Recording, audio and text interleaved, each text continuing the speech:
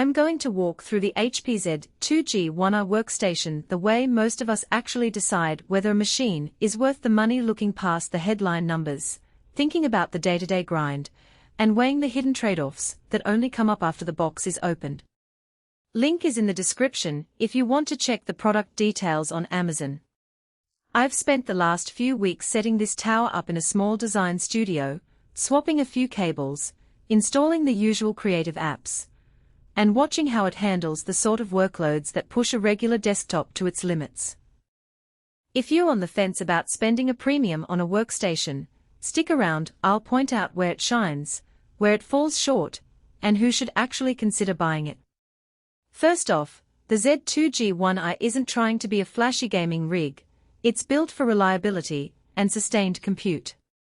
That means the Intel Core Ultra 9 285K sits under a massive heatsink, and the chassis is engineered for quiet, constant operation. In practice, that translates to the kind of steady performance you need when you're rendering a 3-minute 4K animation in After Effects while simultaneously running a physics simulation in SolidWorks. In my tests, the machine stayed under 55°C on the CPU even after an hour of non-stop rendering, and the fan noise stayed in the low 30 dB range, barely louder than a quiet office hum.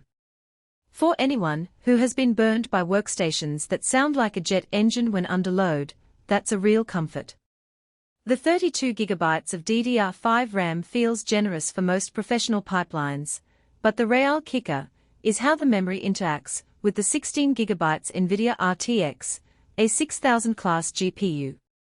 I ran a couple of typical engineering workloads, a large assembly in Autodesk Inventor, and a multi-material simulation in ANSYS. Both apps leveraged the GPU's CUDA cores and the extra VRAM without any stutter, and the system didn't dip below 90% of its GPU utilization, meaning you're actually getting the horsepower you paid for. The SSD is a full 1 TB NVMe, which makes loading massive project files almost instantaneous. In a real-world scenario, that saved me roughly 10 minutes each day just waiting for heavy CAD files to index, which adds up quickly over weeks of work. Now, let's talk about the practical side of setting this thing up. The tower is fairly tall, about 18 inches, and the rear panel is densely packed with ports.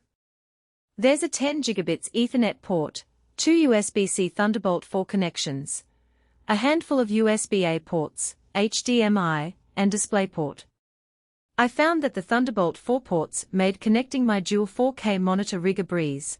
A single cable carried both video and data to a dock, cutting down on desk clutter. The Ethernet port is a nice surprise for studios that still rely on wired networking for large file transfers. However, the dense layout also means you need a bit of elbow room to plug everything in. Cramming a power strip behind the unit quickly becomes a hassle. If your workspace is tight, you might need to rearrange your desk or consider a smaller form factor.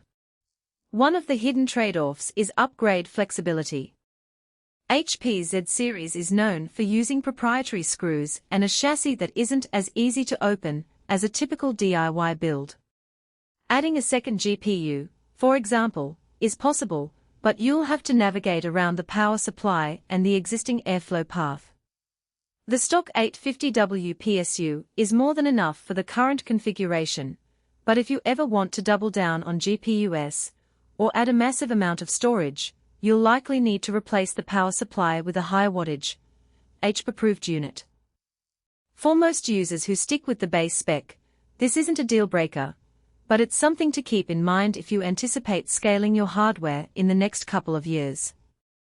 What about the software side?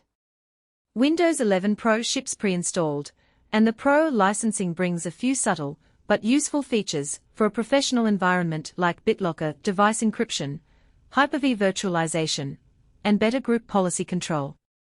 I was able to roll out a company-wide BitLocker policy without any third-party tools, which is a time-saver for IT departments. The workstation also includes HP's AI-powered predictive maintenance utilities. In practice, those utilities sent me an alert when the SSD's health began to dip slightly, prompting a proactive backup before any real issue surfaced. That sort of preemptive warning can save a lot of headache in a studio where losing a day's worth of work is costly. So who should actually buy this machine? If you're a freelance video editor who regularly works with 4K footage, a small architectural firm that needs to run heavy BIM models, or a research lab that runs data-intensive simulations, the Z2G1i offers a solid blend of raw compute, stable thermals, and enterprise-grade support. The fact that HP backs it with a 3-year on-site warranty, subject to your region, means you won't be left holding a hotbox if something fails.